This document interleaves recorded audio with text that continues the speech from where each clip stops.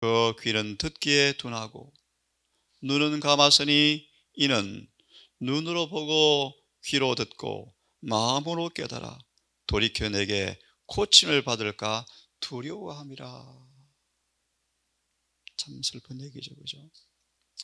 하지만 너희는 눈으로 봄으로 귀로 들음으로 복이 있도다.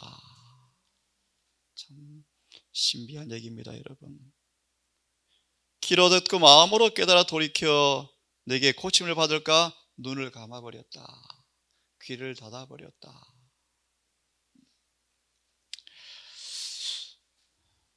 왜 많은 사람 앞에 진리가 감추어져 있을까요, 여러분? 하늘의 왕 주님께서 30년을 동거동락했지만 왜 나사렛 사람들에게는 진리가 감추어져 있었을까요, 여러분? 왜 오늘 많은 우리 재림교인 앞에 복음의 비밀이 왜 경험이 안 되어질까요, 여러분? 실물교원 104페이지 한 말씀을 좀 보고 싶습니다. 실물교원 104페이지. 어떻게 보화가 감추어져 있는가? 왜 보화가 감추어졌는가? 왜 듣기는 들어도 보기는 보아도 보지 못하고 듣지 못하는가? 특별히 성경을 다시 상기하면 고침을 받을까 두려워함이라. 부자 복권 같은 경우에는 돈이 아까웠다, 그런 말이겠죠, 그죠? 수많은 랍비들은 그들의 기득권이 아까웠다, 자존심 버리는 게 힘들었다. 어떻게 감추어졌는가? 복음의 보화는 성경에서 감추어져 있다고 생각한다. 왜냐하면 스스로 지혜롭다고 생각하는 자들과 공허한 철학으로 자고하는 사람들, 교만한 사람들에게는 구속의 경륜의 아름다움과 능력과 신비가 숨겨져 있다. 많은 사람이 눈이 있어도 보지 못하고 귀가 있어도 듣지 못하고 지혜가 있다고 해도 감추인 보화를 분별하지 못한다. 특히 유대교회가 구약에 정통하였지만 어떻게 그것이 감추어진 보화를 왜 몰라봤을까? 몰라보기는커녕 죽이려고 분노했을까? 오늘날도 육신에 속한 사람들은 참된 기별이 선포되어지면 자신과의 싸움을 시작하지 아니하고 기별과 다투어서 전쟁을 걸어온다 그러잖아요. 그러므로 곧바른 기별이 별로 이득이 없다, 교회에 지금. 사람들은 보화가 감춰진 장소를 지나갈 수도 있다. 정말 그렇죠. 유대인들도 그러하였다.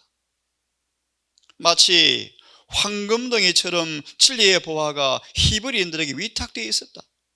하늘의 날인이 찍힌, 하늘에 쌓인 있는 도장이 찍힌 수많은 예배, 제사 제도 가운데 예수님이 친히 제정하신 이 표상과 상징 속에 위대한 구속의 진리가 가려져 있었지만 그리스도께서 오셨을 때 유대인들은 그가 바로 이 표상들이 가리키는 실체임을 알아보지 못하였다. 그들은 손에 하나님의 말씀을 가지고 있었으나 대대로 전해 내려온 유전과 성경에 대한 인간적 해석이 그 말씀을 가려서 그들로 예수 안에 있는 진리를 보지 못하게 했다. 그들은 성경의 영적 의미들을 잃어버렸다. 모든 지식의 보고가 그들에게 열려 있었으나 그들은 그것을 알지 못했다. 예수께서는 당신의 진리를 사람들에게 숨기지 않으신다. 근데 왜 감추어져 있는가? 왜 사람들이 깨닫지 못하는가?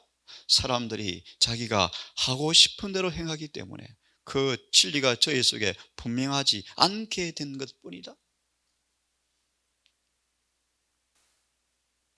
그리스도께서는 당신이 메시아가 되신다는 증거를 유대 백성에게 넉넉히 주었는데 가버나움의 신하는 또다시 뭐예요?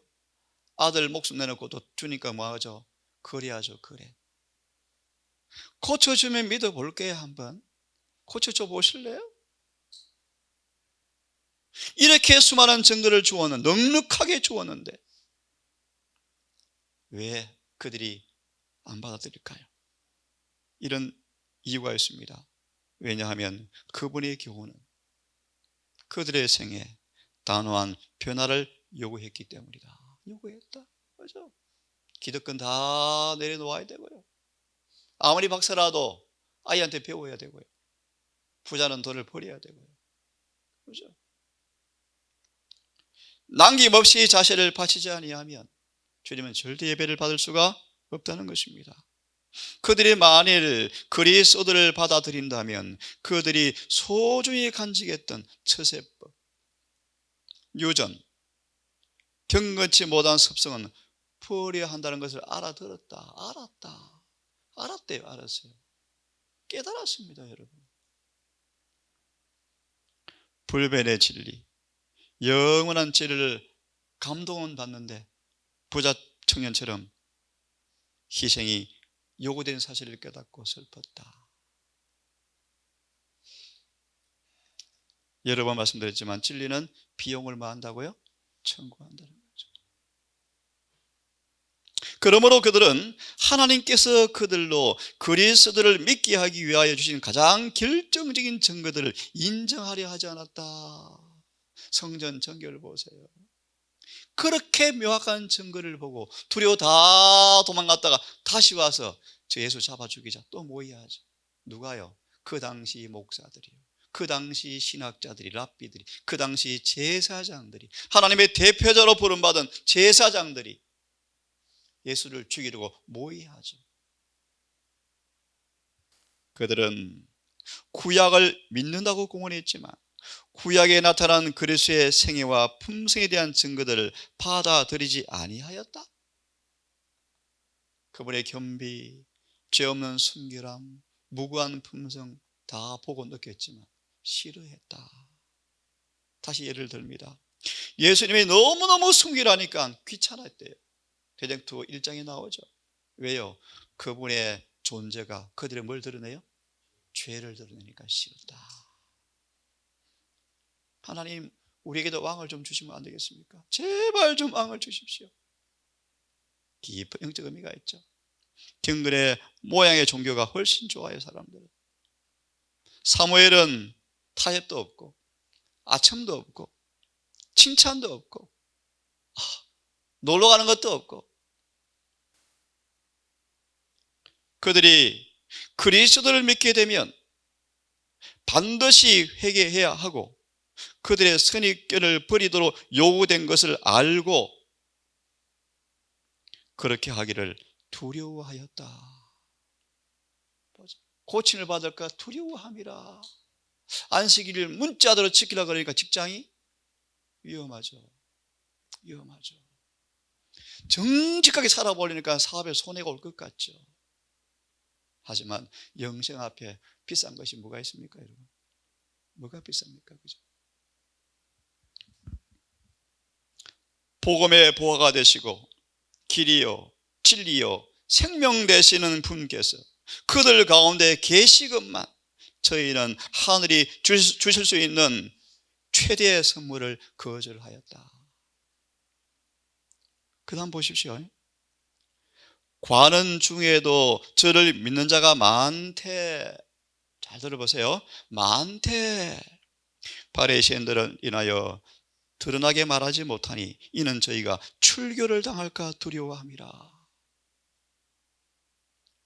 믿었던 많은 사람들, 그들은 예수가 하나님의 아들 되심을 확신하고 그렇게 믿었지만 그 사실을 고백하는 일은 그들의 야망에 맞지 않았다. 고린도 교회가 아침빛을 보고 너무너무 좋아했는데 멈춰버렸어요. 그래서 와이프 증언을 말하기를 그들은 복음의 정오의 신앙에 가지 아니하였다. 우리는 정오의 신앙으로 나아가야 돼요. 나중에 보시면 가버나움 신하가 아들 병 고친 거 가지고 만족했습니까? 아닙니다. 나중에 보세요. 그는 예수를 더 알고 싶었다. 그래서 온 가족이 다 구원을 받잖아요. 더 알고 싶었다. 조금 더 읽고 본문을 보겠습니다. 그들은 하늘 보화를 얻을 수 있는 믿음을 가지지 못했다. 그들은 세속적 보화를 찾고 있었다. 오늘날도 사람들은 세상 보화를 열심히 찾고 있다. 저의 마음은 이기심과 야망에 대한 생각으로 가득 차 있다. 그들은 세상의 재물과 명예와 권세를 얻기 위해서 하나님의 계명보다 처세술과 유전과 사람의 제안을 더욱 존중한다. 그러므로 하나님의 말씀의 보화가 그들에게 숨겨져 있다. 여기까지 하겠습니다. 예수님이 갈릴리로 가시다가 나사렛을 그냥 지나가셨다. 얼마나 그분이 슬펐겠습니까? 얼마나 마음이 비통했겠습니까? 오늘날 우리에게 지금 우리 교회에 들어오지를 못하시고 문 밖에 있어서 두드리신다. 자, 시대의 소망 197페이지를 펴고 오늘은 그 다음 문단을 또 함께 묵상해 보겠습니다. 주님께서 가나에 오신다는 소문이 쫙 퍼졌습니다. 이 소식은 고통당하는 사람, 마음 상한 사람의 희망을 불러일으켰다고 말합니다. 가버나움에 이 소식을 들은 왕을 섬기는 한 신하가 있었다. 197페이지 바로 옆입니다.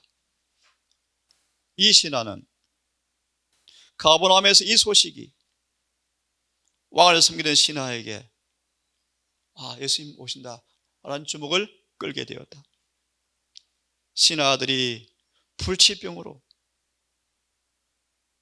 이미 단념할 정도로 이제 위기에 있는 장면을 소개합니다. 하지만 이 신하가 예수에 대한 소식을 듣고 그분에게 도움을 구하기로 작정하였다. 아이가 매우 세잔하였으므로 자기가 돌아올 때까지 살 수 있을까 염려되었지만 이 고관은 자기가 몸소 이 사정을 아뢰어서 약했다고 느꼈다. 그는 한 아버지로서의 기도가 크신 의원의 동정심을 일깨우게 되기를 바랬다. 가나에 도착했을 때 한 20km 조금 떨어진 거리를 얼마나 어떤 심정으로 갔을까요, 여러분? 그는 예수님을 둘러싼 군중을 보았다. 그는 간절한 마음으로 무리를 뚫고 구주 앞으로 나아갔다. 그의 믿음은, 보세요, 이제 그의 믿음은 먼지 묻고 여행으로 헤어진 평범한 옷을 입은 사람을 보았을 때 그의 믿음은 흔들렸다. 그는 이 사람이 과연 자기가 간구하러 온 그 일을 행할 수 있는 분이 맞을까라고 의심하였다. 그러나 그분과 마주하여 자신의 용무를 말하고 자기 집에 함께 가기를 구주께 간청하였다. 그러나 예수께서는 이미 그의 슬픔을 알고 계셨다. 그 신하가 자기 집에서 떠나오기 전에 구주께서는 그의 고통을 이미 보셨던 것이다. 그리고 말씀하시기를, 하지만 예수께서는 그 아버지의 마음속에 당신에 대한 이기적인 조건적인 믿음이 있음을 또한 아셨다. 그는 자신의 간운이 허락되지 않으면 그분을 메시아로 받아들이지 않을 작정이었다. 그 신하가 고민으로 마음을 졸이면서 기다리고 있을 때 훨씬 뒷페이지 보시면 주님이 일부러 지치하실세, 마음을 시험하셔요. 시험. 예수께서 너희는 표적과 기사를 보지 못하면 도무지 믿지 아니한다 라고 말씀하셨다. 예수께서 그리스도시라라는 온갖 증거가 있음에도 불구하고 이 청혼자는 자신의 요구를 들어주는 것을 조건으로 그분을 믿기로 작정하였다. 구주께서는 이 의심하는 불신을 이적과 표적을 구하지 않은 사마리아인의 그 여인의 단순한 믿음과 대조하였다. 내가 걸어라, 이 한마디 찬미처럼 이 눈에 아무 증거 아니 보였지만 이 죄 많은 이방 여인은 말씀을 그대로 믿어버렸죠. 참 놀라운 하나님의 선물이 은혜예요. 은혜. 언제나 당신의 신성의 증거가 되는 그리스도의 말씀은 그들의 심금을 울리는 확신시키는 능력을 가지고 있었다. 성경 말씀이 위탁된 당신의 친백성들이 아들을 통하여 그분에게 말씀하시는 하나님의 말씀을 듣지 못하고 있다는 사실이 그리스도의 마음을 아프게 하였다. 제 개인의 생애가 반추가 되네요.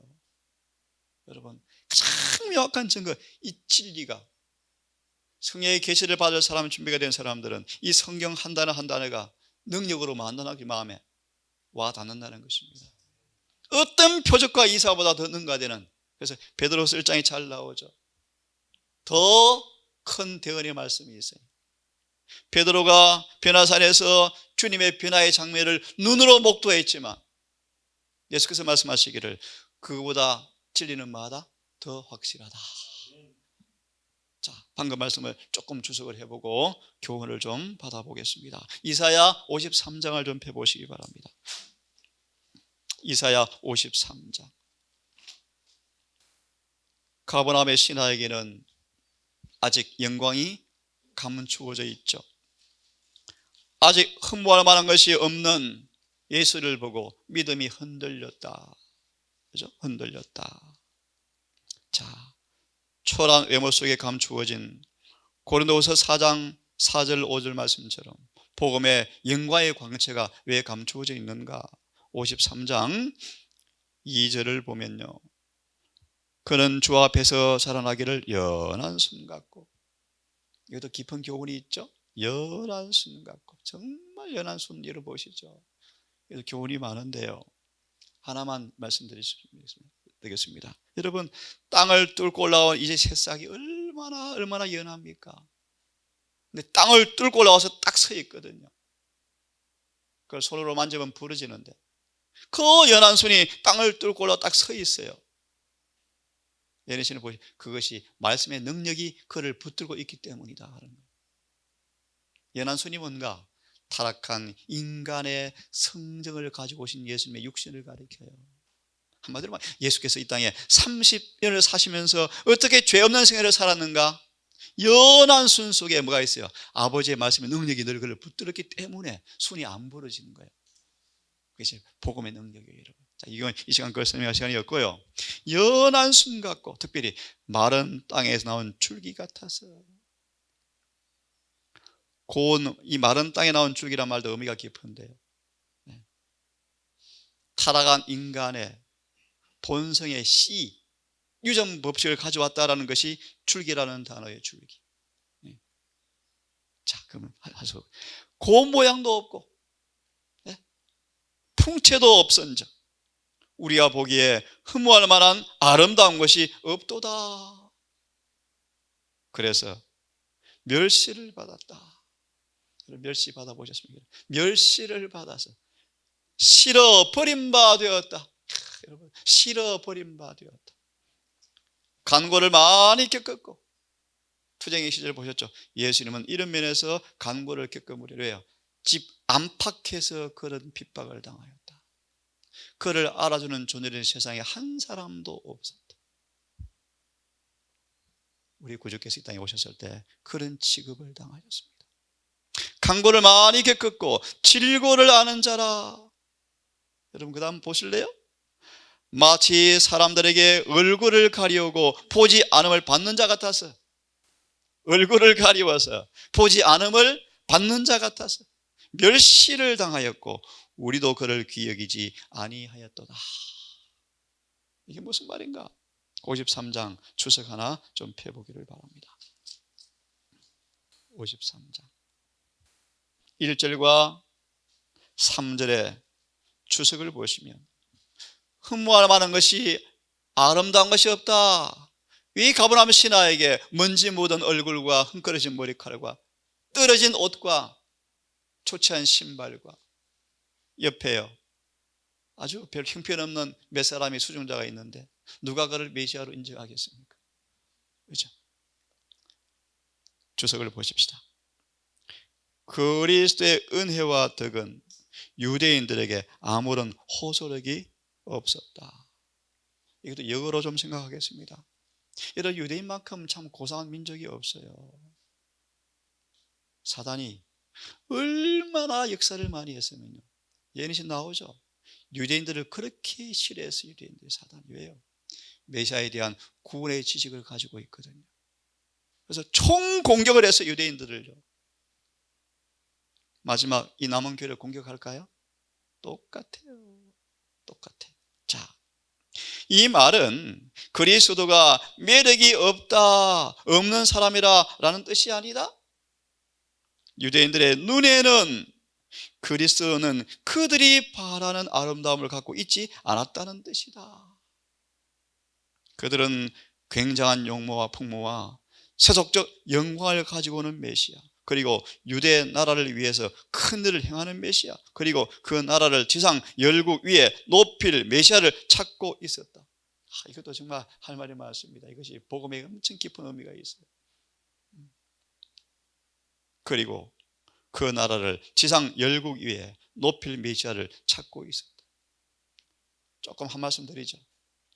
지금 재림교인들이 세상과 한 가닥이라고 가도 매력을 느끼고 있으면요, 그들은 100% 짐승표를 받을 준비를 딱 하고 있대요. 이 의미를 깊이 이해하셔야 돼요. 세속의 신을 버리지 못한 사람들, 세속의 신, 사단의 신이 궁극적으로 우리 요구하시는 것은 딱 한 거예요. 뭔지 아십니까? 자아요, 자아. 자아만 다 굴복시키지 않으면 마귀는 승리하거든요. 교회 얼마든지 부흥시킬 수 있어요. 꽉 차게 할 수 있어요. 사단 그 관심 없어요. 깊은 또 의미를 기회 되면 또 말씀을 드릴게요. 이것이 나중에 첫째 천사의 기별 관계된 말씀인데요, 계속 보십시오.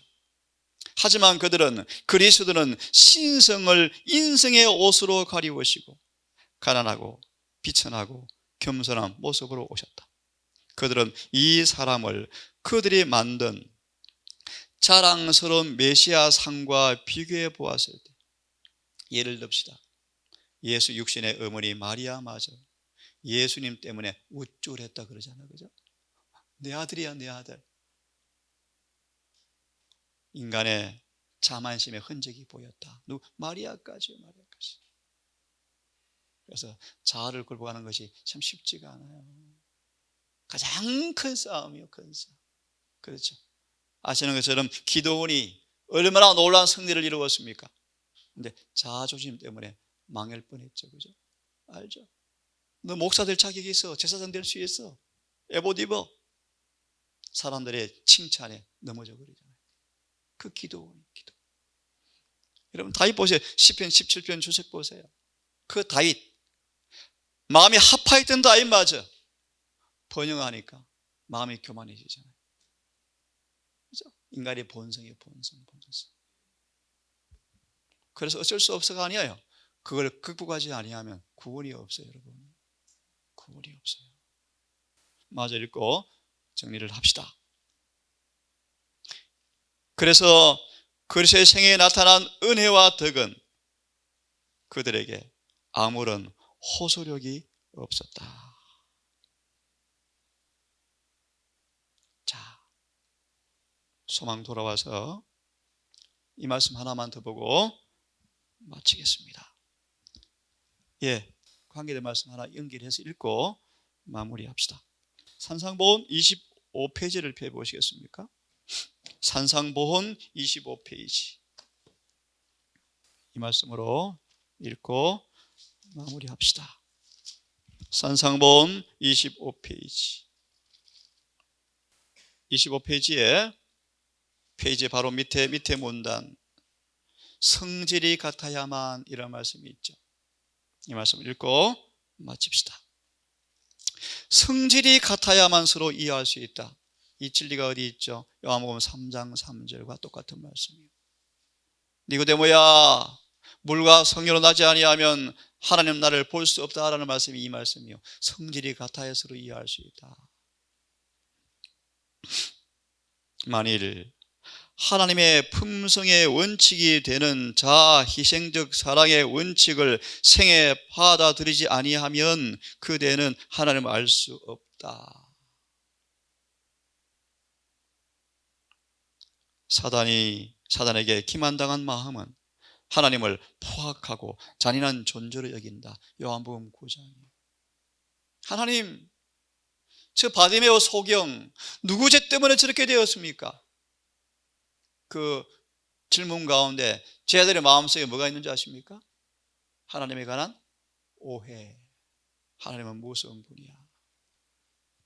세상에 어떤 죄를 지었길래 뱃속에서부터 눈 벌게 해서 태어나게 하셨어? 사단이 속임수에 유대인들이 빠져버려 하나님을요 폭군처럼 믿어야 돼. 폭군처럼. 자비가 사라지고 자비가 없는 공의를 폭군으로 만들어서 하나님을 불필요하게 두렵게 만들었어 유대인들이. 그래서 여러분 공부하셨죠? 하나님의 품성에 대한 이해가 우리의 행동을 뭐한다? 결정짓는다. 다시 예를 듭시다. 여러분, 이 성전이 어떤 곳인가를 참으로 인지하면 죄를 품고 앉아있지 않아요. 흠담한 채로 앉아있지 않아요. 우리가 인지하는 것이 내 행동을 뭐해요? 결정해요. 하나님 어떤 분인가 알면 다니엘처럼 절제할 거예요. 맞아 있습니다. 그래서 사람들의 이기적 특성은 물론 심지어 사탄의 이기적 특성까지도 자비하신 창조자의 특성으로 간주된다. 그분께서 내가 나를 너와 같은 줄로 생각하였도다 라고 말씀하신다. 시편 50편 21절 나중에 찾아서 읽어보기를 바랍니다. 중요한 성경 구절이에요. 하나님의 섭리가 전체적이고 징벌적인 성질을 나타내는 것으로 이해되고 있다. 예를 들어서요, 노아 홍수, 예루살렘의 멸망을 가지고 사단이 뭐하죠? 하나님을 공격하죠. 하나님 봐라 너무 잔인하잖아. 어떻게 유대인들을 그렇게 멸망시킬 수 있어? 잔인하잖아. 누가 해놓고요? 자기가 해놓고요. 그죠? 그분의 충만한 은혜의 보고인 성경 역사가 그렇게 이해되고 있다. 오늘날도 심판에 가는 진리가 너무 왜곡되고 있죠. 그들의 인간적 자비심이 심판을 이해를 못하는 거예요. 또 하나님의 공의를 흐리멍텅 만들어가지고 희미하게 희석시켜서 또 사람들을 또 죄에 방종시키는 것으로 또 해석되고 있어요. 하나님의 품성을 연구하셔야 돼요. 이 때문에 하늘처럼 높고 영원에 이르게 하는 성경상 진리가 영광을 분별하지 못하고 있는 것이다. 많은 사람들에게 그리스도가 마른 땅에 나온 줄기같이 비치고 있다. 그들은 그분을 흠모할 만한 아름다운 것이 없는 분으로 생각한다. 예수께서 인성을 입으신 하나님의 계시로 사람 가운데 서 계셨을 때 서기관과 바리새인들은 예수에 대하여 사마리아 사람이라 귀신 들렸다라고 주장하였다.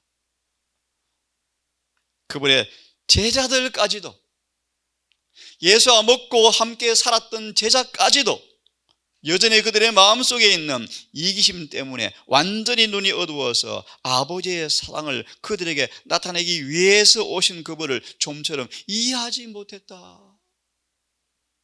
예수께서 사람들 사이에서 고독하게 다니신 까닭이 바로 이런 이유 때문이었다. 그분이 완전히 이해될 수 있었던 것은 오직 하늘뿐이었다. 이 동사는 그런 슬픈 예수님 안 만들어주기를 바랍니다. 아버지, 성경의 한 구절 한 구절, 정언의 한 구절 한 구절들을 여러 성경과 정언으로 빛을 비춰보며 우리의 모습을 조사하고 비판하고 아직 은혜의 문이 열린 동안에 의원 되신 주님 안에 나아가서 속히 이 추악한 죄가 치료받고 건강하고 완전히 나은 모습으로 늦은 비의 대열에 참여하여 마지막까지 복음을 외치다가 살아서 주님을 영접하기를 원합니다. 아버지, 이 초라한 동산, 흠모할 만한 것이 없는 외양, 아버지 이들을 불쌍히 보시고 한 가지 일념, 한 가지 소망, 오순절 다락방의 제자들처럼 예수의 품성을 대표하고 영혼을 구원하는 것이 유일한 소망되게 해주셔서 성령으로 이 소를 만족해 하사 넉넉히 변화받게 하시고 이 동산을 통하여 문영혼들의 재림을 준비하는 그런 귀한 동산이 되게 인도해 주시옵소서. 아침 예배를 사모하지만 또 생의 의무적으로 일찍 떠난 여러 우리 동산의 식구들 기억하여 주시고 일터에서 독실이같이 새 힘을 받게 해 주시옵소서. 에녹처럼 의무 가운데서라도 주님과 동행하는 하루가 되게 해 주시옵소서. 또 멀리 떠나 있는 여러 우리 자녀들 모두 기억하셔서 이사야 말씀처럼 부모의 품으로 돌아오는 그날을 보게 하시고 온 가족이 구원 얻을 수 있도록 인도해 주시옵고 이국 말리에 있는 선교사 아버지 특별히 기억하셔서 그들 또한 영생을 위해서 기꺼이 주 앞에 헌신되어지는 아름다운 신앙 부흥과 개혁이 일게 있게 해 주시기를 우리를 사랑하시는 예수님 이름으로 기도드립니다.